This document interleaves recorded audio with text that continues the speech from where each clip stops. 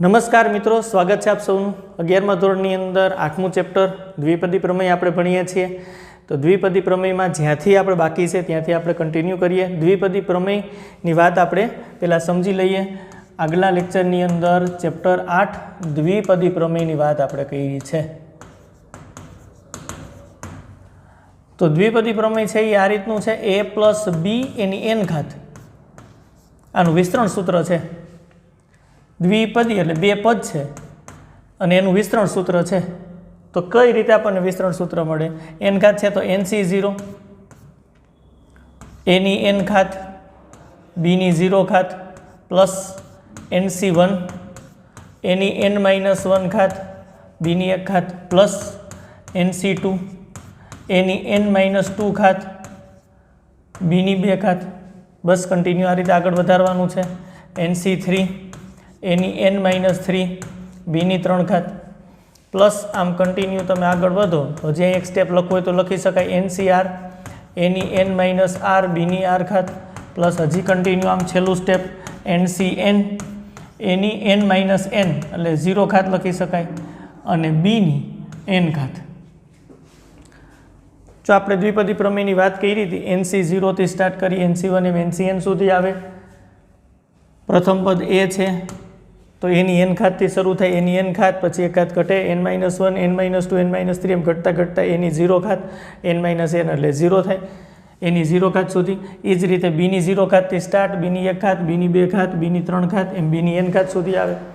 આપણે જોયું હતું પાછું કે ઘાતાંકનો સરવાળો a પ્લસ b ની n ઘાત હોય તો n જેટલો થાય, ઘાતાંક જેટલો થાય। સરવાળો કરો n પ્લસ 0 એટલે n માઇનસ 1 પ્લસ 1 એટલે n minus 2 plus 2, n minus 2 plus 2, 2 2 cancel એટલે n આવશે। અહીંયા પણ n આવશે, અહીંયા જુઓ n minus r plus r, r cancel એટલે n, અહીંયા પણ n માઇનસ n એટલે 0 પ્લસ n આવશે। ઓકે વાત છે। બીજું જો આમાં ખબર પડે, અહીંયા 0 ઘાત છે તો b ની, અહીંયા nc0 છે તો b ની 0 ઘાત, nc1 છે તો b ની 1 ઘાત, nc2 છે તો b ની 2 ઘાત, nc3 છે તો b ની 3 ઘાત। ઘણી રીતે આપણે આ ઓબ્ઝર્વેશન કરી અને દ્વિપદી પ્રમેયની વાત કરી હતી।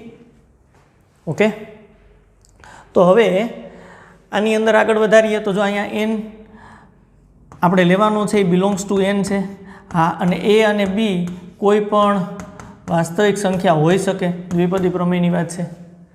રેડી? તો હવે ટર્મની વાત કરીએ, પદની વાત કરીએ તો આની અંદર આને પ્રથમ પદ કહેવાય, આ t1 પ્રથમ પદ, આને બીજું પદ કહેવાય t2, આને t3, આ વિસ્તરણનું ચોથું પદ। જોજો ખાસ, પહેલું પદ t1, બીજું પદ t2, ત્રીજું પદ t3, ચોથું પદ t4, આમ કન્ટિન્યુ આગળ। આ કેટલામું પદ થાય કેમ ખબર પડે? તો અહીં t1 છે તો nc0 આવે છે, t2 છે તો nc1 આવે છે, t3 છે તો nc2, t4 એટલે nc3, અહીં ncr લખ્યું છે તો tr પ્લસ 1, આ r પ્લસ 1મું પદ થાય। સાચી વાત છે। કેમ ખબર પડે છે? 2 છે તો 1, 1 છે તો 0, 3 છે તો nc2, કારણ કે nc0 થી આપણે પદની શરૂઆત કરીએ, nc0 વાળું પ્રથમ પદ થાય તો ncr વાળું r પ્લસ 1મું પદ થાય, અને આ કેટલામું પદ થાય? n plus 1। તો તમને એમ થાય કે વિસ્તરણની અંદર ખરેખર n પ્લસ 1 પદો હશે? સાચી વાત છે। ઓબ્ઝર્વેશન કરવાથી આપણને ખબર પડતી। આપણે અહીંથી શરૂઆત કરી હતી, a પ્લસ b ની 2 ઘાત, જો n બરાબર મેં 2 રાખ્યા છે તો આના વિસ્તરણની અંદર ડેફિનેટ બાબત છે 3 પદ હશે। જો આપણે વિસ્તરણ કરીએ તો a square plus 2ab plus b square, કેટલા પદ થયા વિસ્તરણની અંદર? તો કે ઘાતાંક 2 છે તો પદોની સંખ્યા 3 થઈ। દેખીતી વાત છે, ઘાતાંક n છે તો પદોની સંખ્યા કેટલી થાય? n plus 1। આ દ્વિપદી પ્રમેયની વાત આપણે કરી હતી, એ જ ઓબ્ઝર્વેશનમાં આપણે આગળ વધી રહ્યા છીએ। ઓકે, તો સિમ્પલી વાત છે, tr પ્લસ 1મું પદ આપણને અહીંયા મળી ગયું છે, tr પ્લસ 1મું પદ આપણને મળી ગયું છે, એને ncr a raise to n minus r બંનેની બાદબાકી, b ની r ઘાત, આ tr પ્લસ 1મું પદ આને કહેવાય, અથવા તો વિસ્તરણનું વ્યાપક પદ પણ કહેવાય।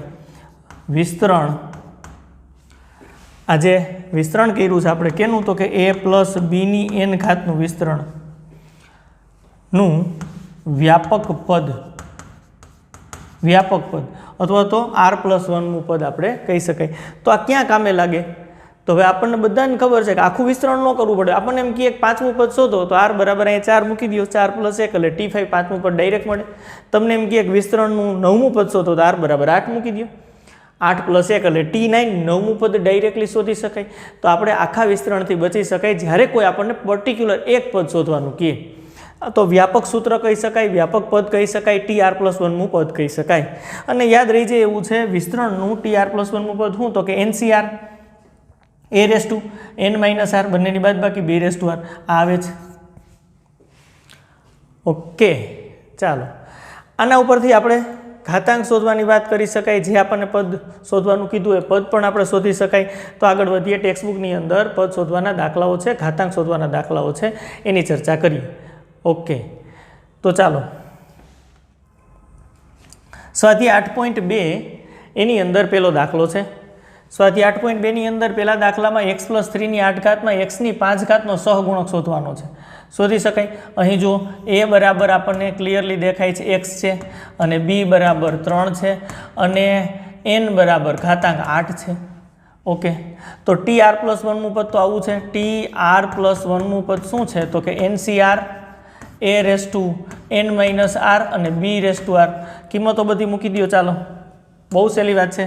તો અહીંયા આપણે કિંમતો મૂકી દઈએ. tr+1 n બરાબર 8 છે એટલે 8cr થશે. a બરાબર x મૂકો, x n ની જગ્યાએ 8 - r, b ની જગ્યાએ 3 એની r ઘાત. ઓકે, આવું કર્યું. જો આપણે વ્યાપક પદ જ r+1મું પદ જ લખીએ છીએ, બહુ કાંઈ ટેન્શનવાળી વાત નથી. લખી નાખ્યું પદ. હવે વિચારવાનું શું કીધું તમને કીધું છે વિસ્તરણમાં x ની 5 નો સહગુણક લખો. જો વ્યાપક પદથી આગળ ન વધવું હોય તો આ તમે આનું વિસ્તરણ કરી શકો. x + 3ની 8 છે એટલે 9 પદો મળશે. એ 9 પદની અંદર 9 પદ ચેક કરવાના, x ની 5 વાળું પદ ગોતવાનું, એનો સહગુણક એની સાથે ગુણાયેલ સંખ્યા લખવાની. લાંબી પ્રોસેસ થાય ભાઈ.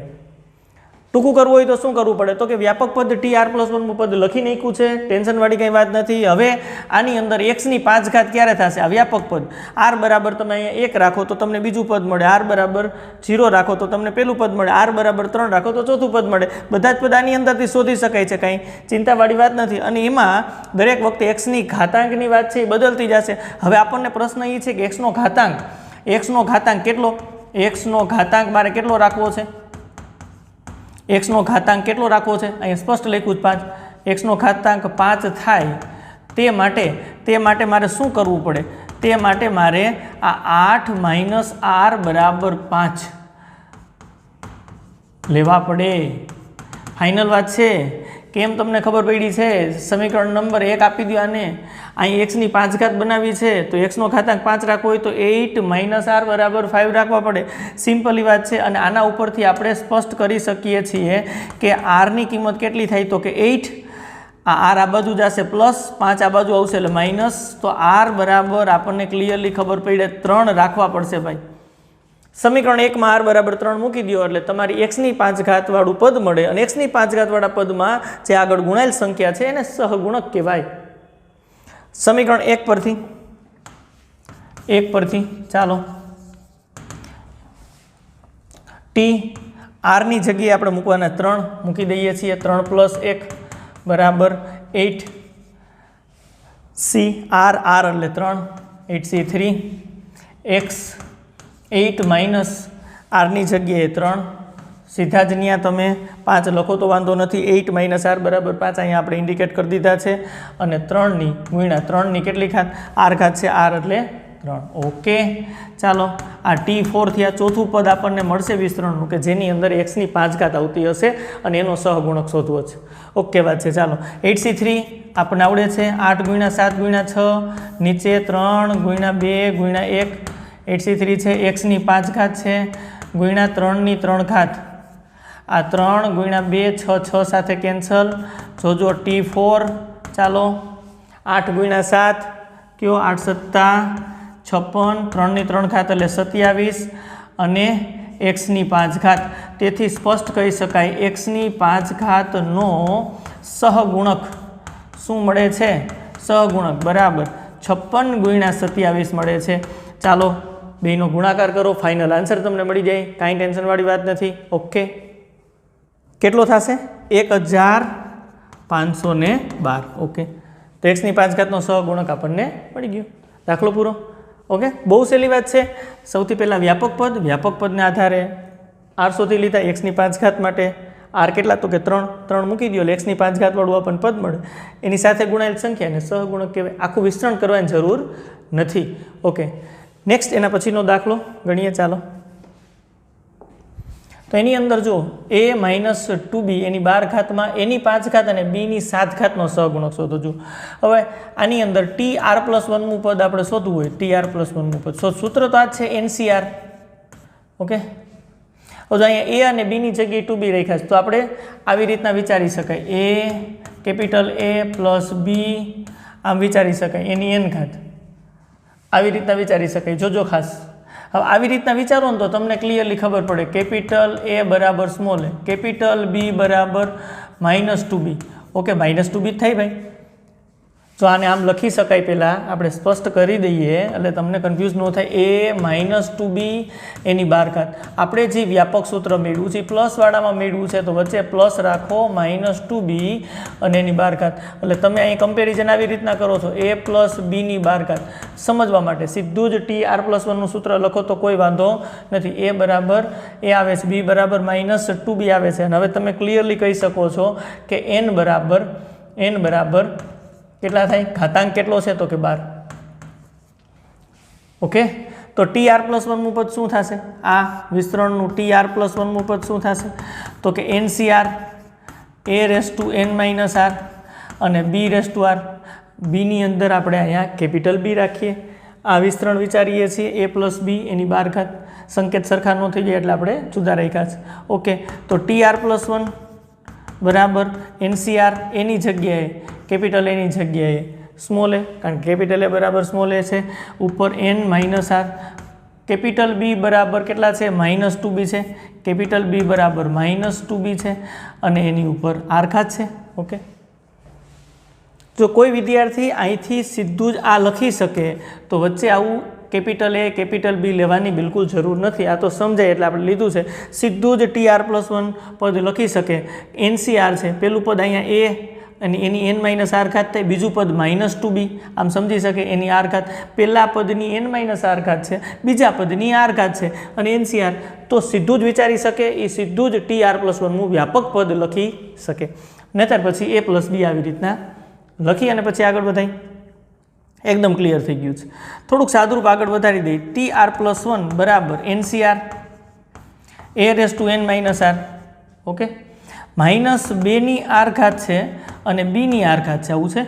ઓકે, હવે આપણે a ની 5 ઘાત અને b ની 7 ઘાત મેળવવી છે, તો મારે શું કરવું પડશે? ચાલો, a ની 5 ઘાત અને b ની 7 ઘાત માટે, આવા પદ માટે r બરાબર કેટલા લેવાના? b ની 7 ઘાત જોઈ છે, r બરાબર 7 લેતા. ચાલો, n તો ક્લિયર છે જ, n બરાબર તો છે જ, અહીં મૂકી દીધું હોત તોય ચાલત, n બરાબર 12 છે જ. તો બધું કિંમત મૂકીને લખીએ. t r ની જગ્યાએ આપણે 7 લેવાના છે એટલે 7 + 1. n ની જગ્યાએ આપણી પાસે 12 છે એટલે 12 અને r બરાબર આપણે 7 લેવાના છે. 12c7 a, n એટલે 12, r એટલે 7, -7 -2 એની r ઘાત, r એટલે 7 છે ને ભાઈ, આ જે છે એ લખો 7 ઘાત. અને b કેટલા છે? b તો b જ છે, કારણ કે એમાં કોઈ બદલાવ નથી. ઓકે, અને એની r ઘાત, r એટલે 7 આપણે લેવાના છે. તો જોવો જ ને, ફાઇનલ ટચ થઈ જાય છે. આ સમજવા માટે ઉપર લખ્યું હતું આપણે, ત્યાંથી પછી આપણે આગળ વધીએ. ચાલો, T8 7 + 1 એટલે 8 થાય. 12c7 એટલે 12 × 11 × 10, ચાલો કહેજો, × 9 × 8 × 7. 12c7 7 ડિજિટ લખવાના, 1 2 3 4 5 6 અને હજી એક ડિજિટ આવશે નીચે, 7 6 5 4 3 2 અને 1. ઓકે, એની કેટલી ઘાત છે? તો કે 5 ઘાત. જરી કંઈ મૂંઝાવણ નથી આની અંદર. -2 ની 7 ઘાત છે, -2 ની 7 ઘાત છે. બીની 7 ઘાત છે. ઓકે, સાદરૂપ આપી દો. 7 અને 6 અહીંયા કેન્સલ થાય છે કેન્સલ. ચાલો હવે બીજું કંઈ કેન્સલ થાય છે. આ 4 તેરી 12 સાથે કેન્સલ થાય છે. 5 દુ 10, આ 10 સાથે કેન્સલ થાય છે. ઓકે વાત છે. તો હવે ફાઇનલી ટચ આપણને શું મળે છે? T8 ઉપર 11, 9 અને 8, 11 ગુણ્યા 9 ગુણ્યા 8 ગુણ્યા -2ની 7 ઘાત, એની 5 ઘાત અને બીની 7 ઘાત. અરે ભાઈ, એની 5 ઘાત અને બીની 7 ઘાતનો સહગુણક આવ્યો. -2ની 7 ઘાત, 7 ઘાત યુગ્મ ઘાત છે એટલે આગળ માઇનસ આવશે. માઇનસ આ 99 થાય ગુણ્યા 8 ગુણ્યા 2ની 7 ઘાત, એની 5 ઘાત અને બીની 7 ઘાત. આ T8 આપણને T8 8મું પદ મળે છે. તો હવે ક્લિયર તમે લખી શકો. તેથી શું તમે લખી શકો? તેથી આપણે લખી શકીએ એની 5 ઘાત અને બીની 7 ઘાતનો સહગુણક શું મળે છે? સહગુણક આપણને મળે છે -99 ગુણ્યા 8 ગુણ્યા 2ની 7 ઘાત. અને ચાલો આનો ગુણાકાર કરી નાખો એટલે ફાઇનલ આન્સર આપણને મળી જાય. એટલું સહેલું છે. ઓકે, ચાલો અહીંયા 99 ગુણ્યા 8 ગુણ્યા 128 બરાબર 101 376. આગળ માઇનસ નિશાની છે ભાઈ.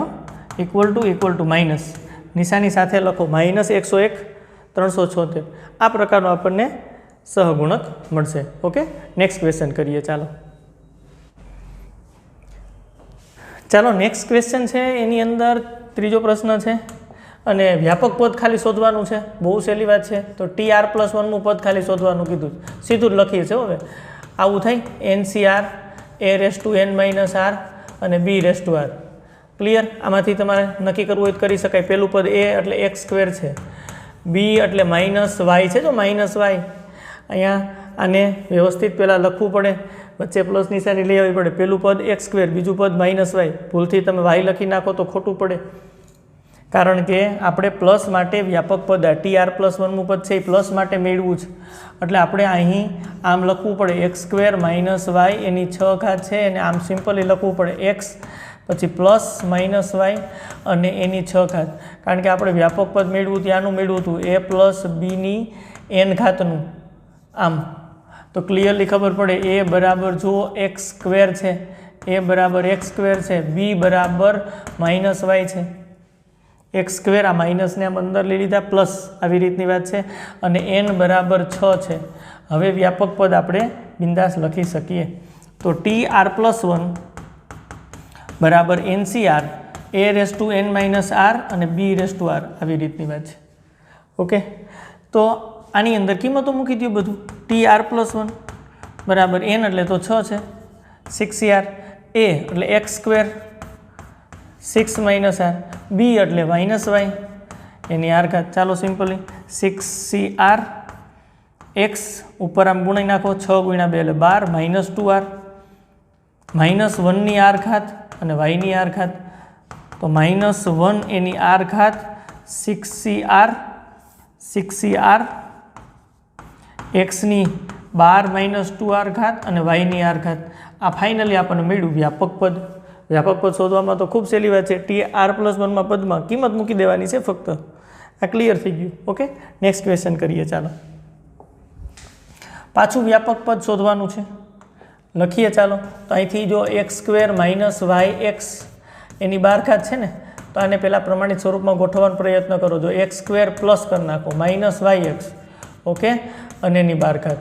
હવે સરખાવો તમે, તો આમ લખવાની જરૂર છે. હવે તો ખબર પડે પદને a લીધું હતું વ્યાપક સૂત્ર માટે, બીજા પદને b અને n ઘાત લીધું હતું. તો a બરાબર x² છે, સીધું જ ખબર પડી જાય. પહેલું પદ, બીજું પદ b એટલે -yx છે અને ઘાતાંકને n કહીએ છીએ.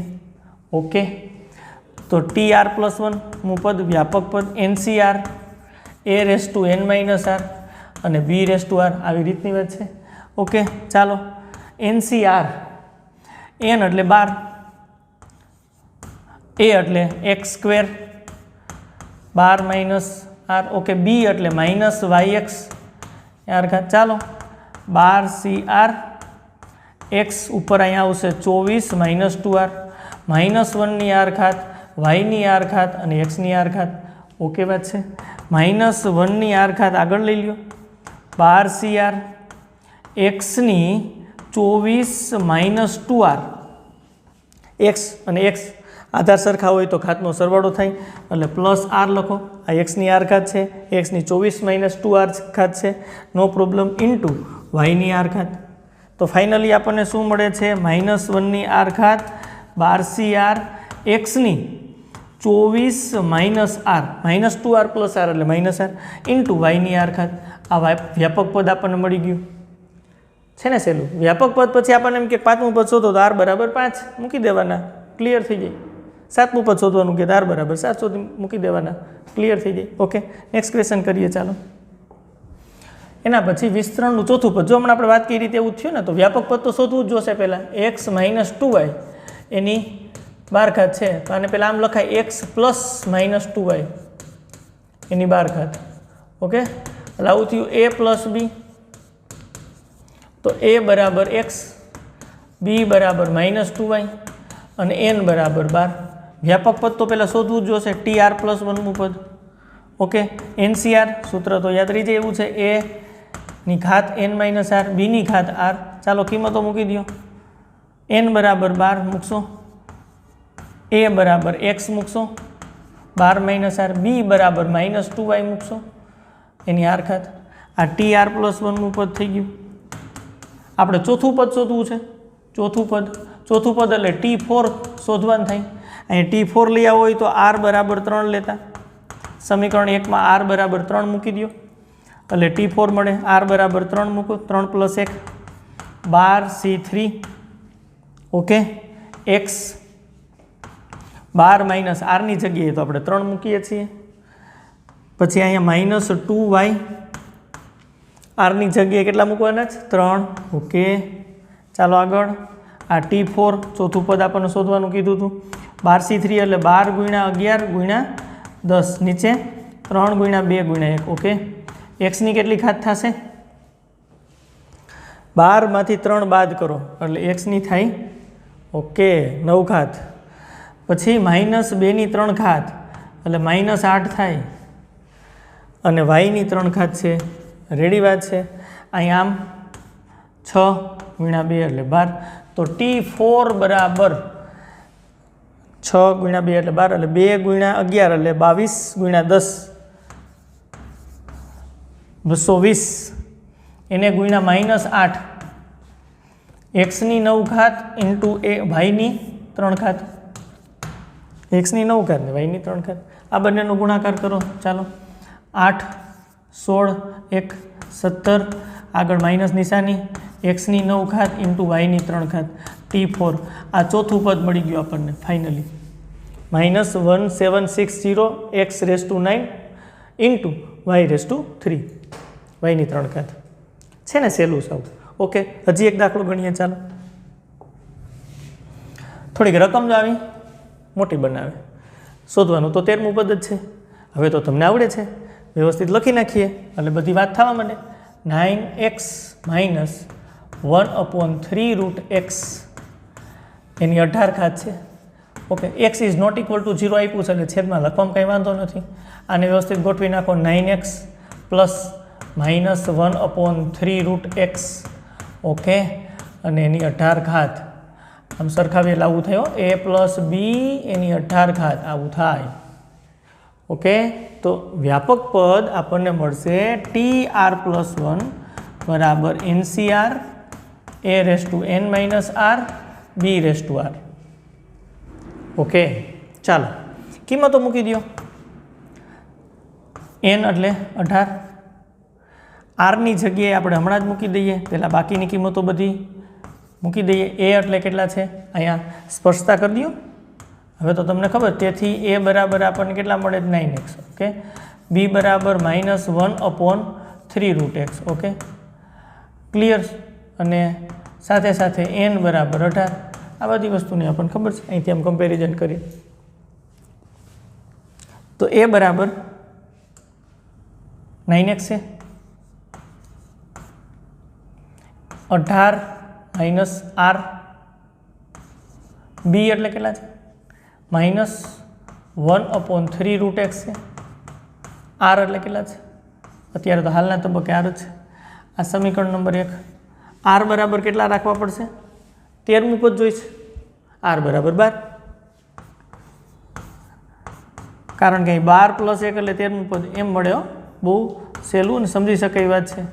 આરની જગ્યાએ 12 મૂકી દો, પછી સાદુરૂપની વાત વિચારીએ.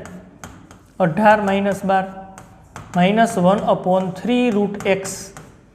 આરની જગ્યાએ 12. ઓકે, સાદુરૂપ આગળ વધારી. હવે બેઝિક સાદુરૂપ છે આ T13, 13મું પદ. 18C12 એટલે આવું લખી શકે, 18C18 - 12. સાદુરૂપ સહેલું બને એટલે 9x. 18 માંથી 12 બાદ કરો એટલે 6 આવે. -1 ની 12 ઘાત એટલે 1 થાય. અહીંયા 3 ની 12 ઘાત થશે. √x એટલે x ની 1/2 ઘાત, અને એની પાછી કેટલી ઘાત છે? તો કે 12 ઘાત. જો સાદુરૂપ આપણે ફટાફટ આપીએ છીએ. √x ની 12 ઘાત આવું થાય. આ 12 ઘાત -1 ને મળે, 3 ને મળે, √x ને મળે. -1 ની 12 ઘાત એટલે 1 જ થાય. 3 ની 12 ઘાત નીચે લખી જ. √x ની 12 ઘાત, √x એટલે x ની 1/2 ઘાત, એની 12 ઘાત.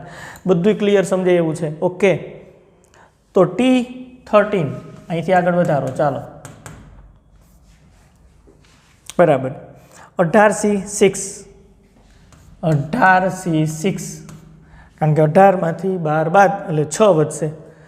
9 ની 6 ઘાત, x ની 6 ઘાત છેદમાં, આ છેદમાં આવે 3 ની 12 ઘાત. ઓકે, x ની કેટલી ઘાત આવશે? 12 ના છેદમાં 2 એટલે x ની 6 ઘાત ઇન્ટુ x ની 6 ઘાત. શું વાત છે? સરસ કામ થઈ ગયું. હવે જુઓ તો આ x ની 6 ઘાત, x ની 6 ઘાત કેન્સલ, હજી કેન્સલ થાય છે. આ 18C6 છે, આ 9 નામ લખી શકાય. 3 નો સ્ક્વેર ઉપર 6, નીચે 3 ની 12 ઘાત. જોજો ખાસ, 18C6 આ 3 ની 6 × 2 એટલે 12 ઘાત, નીચે 3 ની 12 ઘાત. આઈ કેન્સલ, જવાબ ફાઇનલ થાય 18C6. તો જો 13મું પદ 18C6 આપણને મળે છે. x ની 6 ઘાત 6 ઘાત કેન્સલ. અને આ વિસ્તરણનું અચળ પદ પણ કહેવાય. અચળ પદ એટલે x ની 0 ઘાત. x ની 0 ઘાત જ થાય. તો આ x 6 - 6 તમે લખો, આને તમે આમ લખી શકો, x ની 6 - 6 એટલે x ની 0 ઘાત. અરે x ની 0 ઘાત એટલે 1, આવું લખી શકો. આપણે સીધા જ આમ ઉડાડી નાખ્યા, કારણ કે 1 જ થાય. કેન્સલ કરો એટલે કોઈ પણ સંખ્યા સાથે 1 ગુણાય તો એ સંખ્યા પોતે જ આવે, એટલે આપણે આમ કેન્સલ કરીને દર્શાવ્યા છે. તો મારે કહેવાનો તાત્પર્ય તો એવો હતો કે આ જો ક્વેશ્ચન ટ્વિસ્ટિંગ કરીને પૂછે, તમને એમ પૂછે કે આ વિસ્તરણનું અચળ પદ શોધો, તો એ તમારે આ જ શોધવું પડે, 13મું પદ જ શોધવું પડે. અચળ પદ માટે કરવું શું પડે? તો કે x ની 0 ઘાત બનાવવી પડે. અહીંયા x નું સાદુરૂપ આપી એનો ઘાતાંક 0 બનાવવો પડે. x નો ઘાતાંક 0 બનાવો એટલે તમને ત્યારે r બરાબર 12 મળે, અને r બરાબર 12 મળે તો તમારે 13મું પદ જ શોધવું પડે, કારણ કે આ પદની અંદર x ની ઘાતની વાત આવે તો એ તમે કહો છેદની, અરે છે 0 ઘાત છે, તો આ x ની 0 ઘાત છે. તો તમે કહો કેમ લખતા નથી? એટલા માટે લખતા નથી કે x ની 0 ઘાત એટલે 1 થાય, અને 1 સાથે 13, 14, 18 કોઈ પણ સંખ્યા ગુણાય. અરે 18C6 ગુણાય કોઈ પણ સંખ્યા જ હશે ને, કોઈ પણ સંખ્યા 1 સાથે ગુણાય તો એ સંખ્યા પોતે જ આવે, એટલે ચિંતાની વાત નથી. એટલે આ x ની 0 ઘાત લખતા નથી.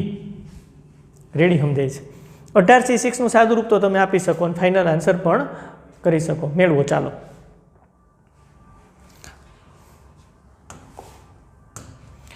(18C6) એટલે આવું કરશો ને, 18 × 17 × 16 × 15 × 14, 6 ડિજિટ લખવાના હોય. 1 2 3 4 5, હજી એક આવશે નીચે. 6 × 5 × 4 × 3 × 2 × 1. સાદુરૂપ આપો. ચાલો, કોણ કોણ કેન્સલ થાય? અહીંયા 6 છે, 6 અને 3, 6 તેરી 18, 18 કેન્સલ. ચાલો, 5 છે, 5 3 15. ઓકે, ચાલો 4 છે, 4 છે, 4 4 ચોકે ચોકે 16. ચાલો 2 છે, અહીંયા 7. તો આવું થયું 17 ગુણ્યા 4 ગુણ્યા 3 કરી નાખું છું, 12 ગુણ્યા 7 ગુણ્યા 13. ચાલો, ફાઇનલ આન્સર અહીંયા તમે આ બધાનો ગુણાકાર લખી શકો. આવશે 18 56 4. ઓકે, તો આ રીતે દાખલા ગણી શકાય. ઓકે, અહીંયા સુધી રાખશું. નેક્સ્ટ વિડીયો લેક્ચરની અંદર પાછા નવા ટોપિક સાથે આપણે મળશું. ચાલો, આવજો.